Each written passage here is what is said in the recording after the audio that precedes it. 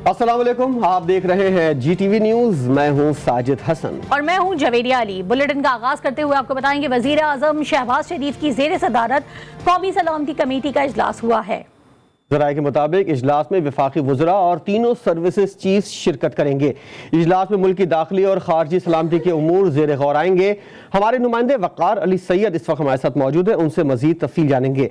वक़ार ज़रा बताइएगा और कौन कौन से अहम उमूर पर गौर किया जाएगा इस इजलास में? जो नई हुकूमत है उसके दौर में ये पहला नेशनल सिक्योरिटी काउंसिल का इजलास है जिस पर तमाम लोगों की नज़रें जो है वो लगी हुई है। उसकी वजह ये कि इससे गुज़िश्ता जो इजलास हुआ था उसमें जो बैरूनी मुदाखलत है और इसके अलावा जो डीमार्च से मुतल्लिक जो फैसला था, एक इलामिया सामने आया था जिसके बाद सूरत हाल जो है वो यकसर मुख्तलिफ हो गई थी। लेकिन आज का ये इजलास इस वजह से अहम है कि उस वक्त के अपोजिशन लीडर आज के वज़ीर आज़म यानी शहबाज शरीफ है, वो इस सिक्योरिटी काउंसिल की जो कमेटी है इसके इजलास की सदारत करेंगे, जिसमें वफाकी वज़ीर दिफा, दाखिला, वज़ीर इत्तलात, जबकि वज़ारत ख़ारजा के हकाम के अलावा जो सर्विसेज चीफ हैं वो इस इजलास में जो है वो शरीक होंगे, जिसमें मुल्क की अंदरूनी और बैरूनी जो सिक्योरिटी मामलात है, दाखिला उमूर से मुतल्लिक जो मामलात है वो जो है वो ज़रूर होंगे। जबकि ज़रा ये भी कह रहे हैं कि जो ख़त लिखा गया था उससे मुतल्लिक जो साबिक अमेरिका में जो साबिक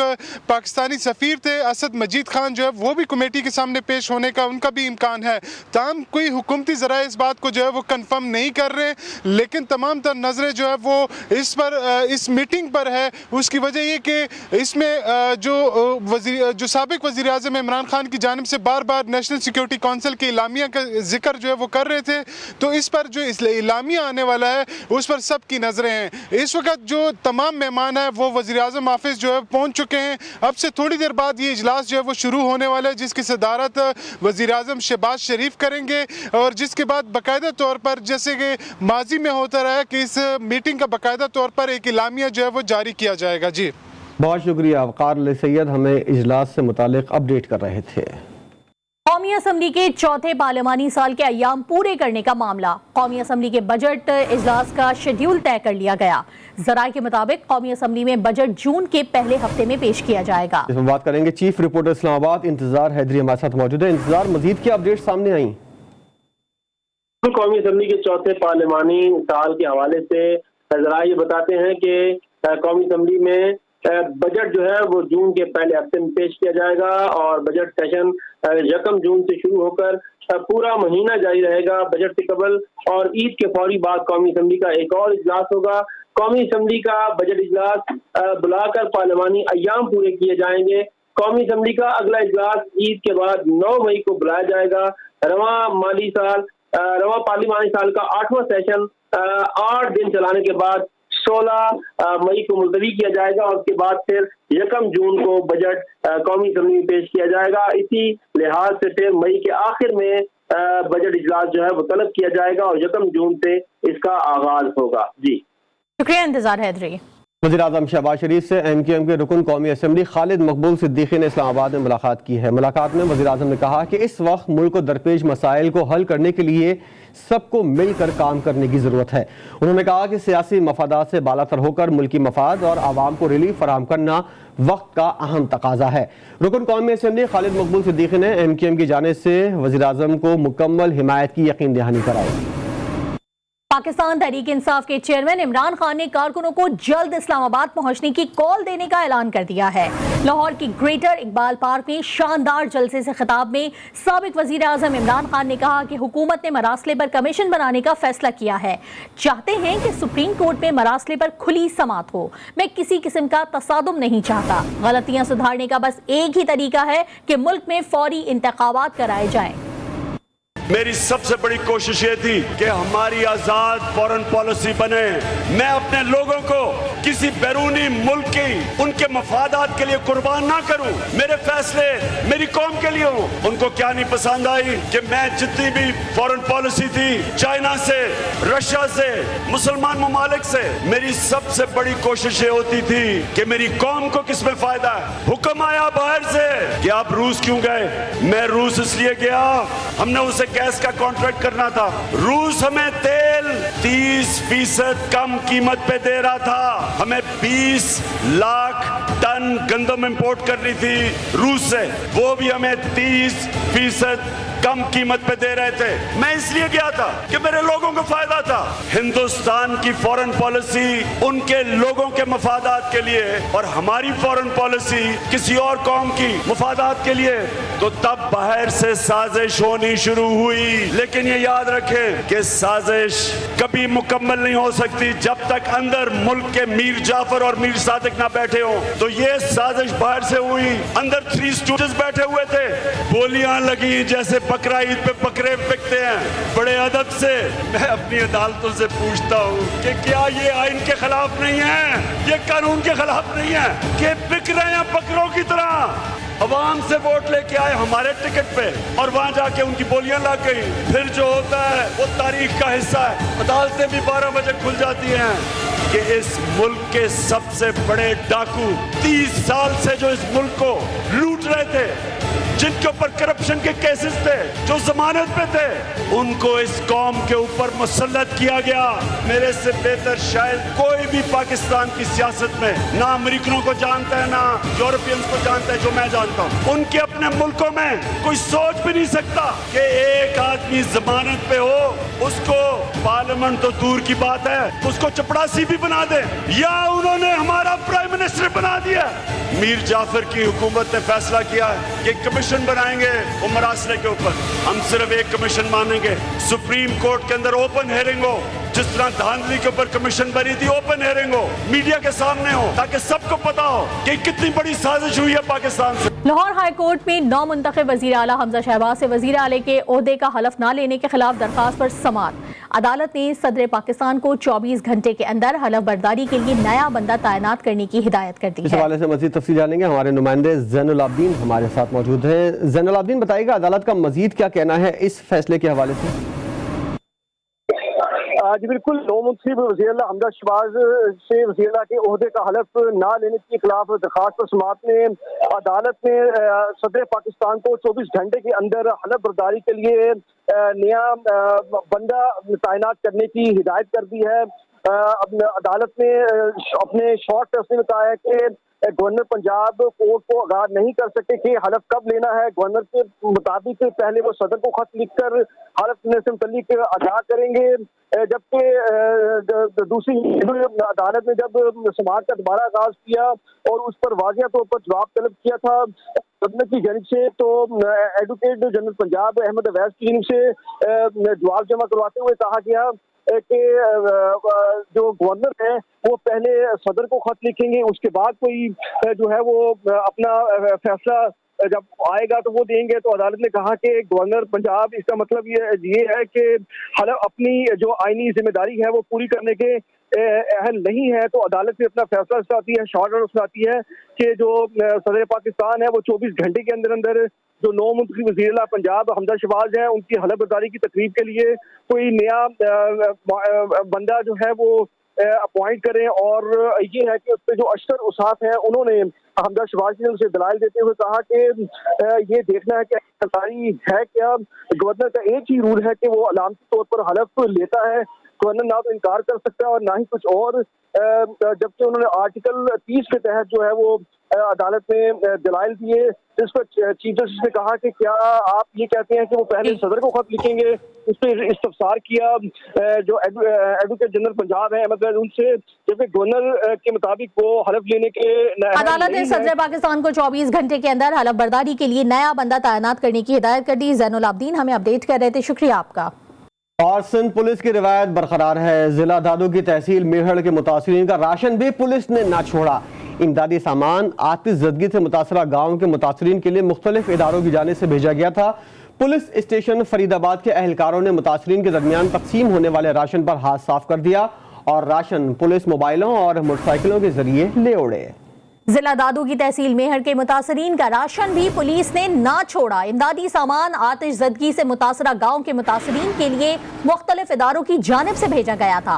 पुलिस स्टेशन फरीदाबाद के एहलकारों ने मुतासरीन के दरमियान तकसीम होने वाले राशन पर हाथ साफ कर दिया और राशन पुलिस मोबाइलों और मोटरसाइकिलों के जरिए ले उड़े।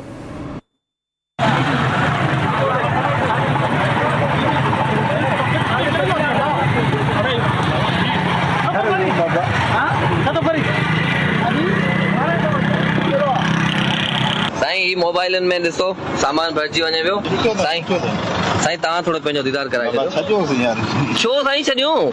साईं माल ग़रीबनि जो आहे या तव्हां माना सिंध गवर्नमेंट जो पुलिस वारनि जो ई कमु आहे त तव्हां पंहिंजो मोबाइलूं भरे वञी तव्हां वञी जेको सो पंहिंजे घरनि में बचनि खे खारायो।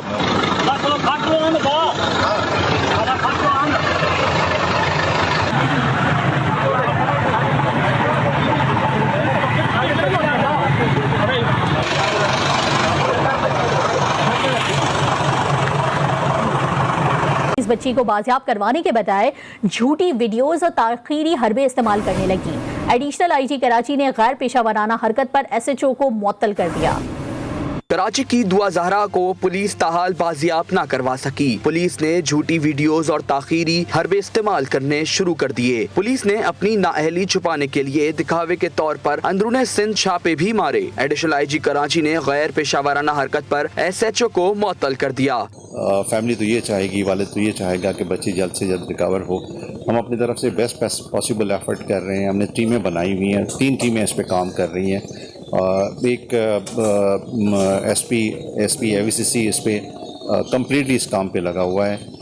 मैं आज यहाँ पे इस वजह से मैंने विज़िट किया कि सेंसिटिव नेचर का केस है। मैं उनके वालिद साहब को यकीन दिलाऊं कि government of Sindh police, Karachi police इनके साथ खड़ी है। दूसरी जानिब ज़हरा के वालिद ने सुप्रीम कोर्ट से वाक़े का अज़खुद नोटिस लेने का मुतालबा कर दिया है। माँ बाप की आंखों का नूर दुआ ज़हरा के लिए अहले खाना शिद्दत गम से निढाल हैं। कराची से नौजवान लड़कियां गायब हो रही हैं, लेकिन बजाय फौरी तहकीकात पुलिस की जानिब से ताखीरी हरबे सामने आने लगे। पुलिस झूठ का सहारा भी लेने लगी। दुआ ज़हरा के मामले पर कराची पुलिस गैर पेशा वाराना निकली। हाई प्रोफाइल केस की नाकिस तफ्तीश से केस को खराब कर दिया गया। पुलिस गलत फहमी में किसी और लड़की को दुआ ज़हरा समझ बैठी। जीटीवी ने मुताल्लिका थानेदार से होने वाली बातचीत की वीडियो हासिल कर ली, जिसमें थानेदार कह रहा है कि तहकीकात में गलती हो गई। सुजुकी में बैठने वाली लड़की दुआ ज़हरा नहीं थी। एडिशनल आईजी कराची ने गैर पेशा वाराना हरकत पर एसएचओ को मुअत्तल कर दिया। बलोचिस्तान में आवरान के इलाके काहान में गुज़िश्ता रात दहशतगर्दों ने फोर्सेस की चौकी पर हमला कर दिया। ISPR के मुताबिक फोर्सेस ने दहशतगर्दों के हमले को पसपा करने के बाद फरार होने वाले दहशतगर्दों का करीबी पहाड़ों में ताक़ुब किया। फरार से रोकने पर दहशतगर्दों ने सिक्योरिटी फोर्सेस पर फायरिंग शुरू कर दी।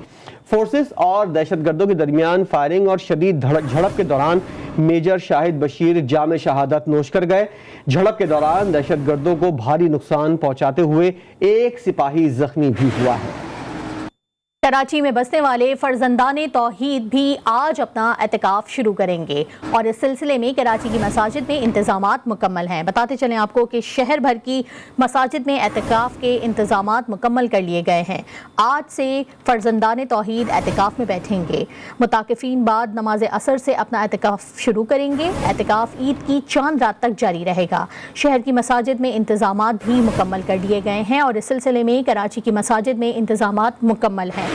मेमन मस्जिद से हमारे नुमाइंदे असगर अजीम मौजूद हैं हमारे साथ, उनसे तफसीलात जानते हैं। असगर, आगाह कीजिएगा, मसाजिद में क्या क्या इंतजामात किए गए हैं? जी बिल्कुल, रमज़ान मुबारक के आखिरी अशरे में जहां दुनिया भर में फर्जान तौहीद एतकाफ़ करते हैं, ये 10 रोज़ा एतकाफ़ होता है जिसका मकसद अल्लाह की खुशनुदी हासिल करना है और अल्लाह की इबादत करना है। मैं इस वक्त न्यू मेमन मस्जिद बोल्डर मार्केट पर मौजूद हूँ। यहाँ पर 200 से ज़्यादा जो है फर्जान तौहीद बाद नमाज असर 10 रोज़ा एतकाफ़ में बैठेंगे। इन रोज़ेदारों के लिए, इन एतकाफ़ में बैठने वालों के लिए मस्जिद इंतज़ामिया की जानिब से बाकायदा रजिस्ट्रेशन का एक अमल किया गया है। एक फॉर्म इनसे फिल कराया गया है, शनाख्ती कार्ड की कॉपी इनसे ली गई है, जबकि इनकी तस्वीर भी इनसे ली गई है। जबकि इंतज़ामिया की जानिब से सहरी और अफ्तारी दोनों का इंतज़ाम जो है वो मस्जिद इंतज़ामिया की जानिब से किया जाएगा। ये फरज़ादान तौहीद जो है वो ईद का चाँद नज़र आने के बाद ही अपना एहतिकाफ ख़त्म करते हैं। इस एहतिकाफ का असल मकसद लैलतुल क़द्र की रात को तलाश करना है, जो कि रमज़ान मुबारक के आखिरी अरशे की 5 ताक रातों में से कोई एक रात होती है। जी बहुत शुक्रिया असगर अजीम अपडेट करने के लिए।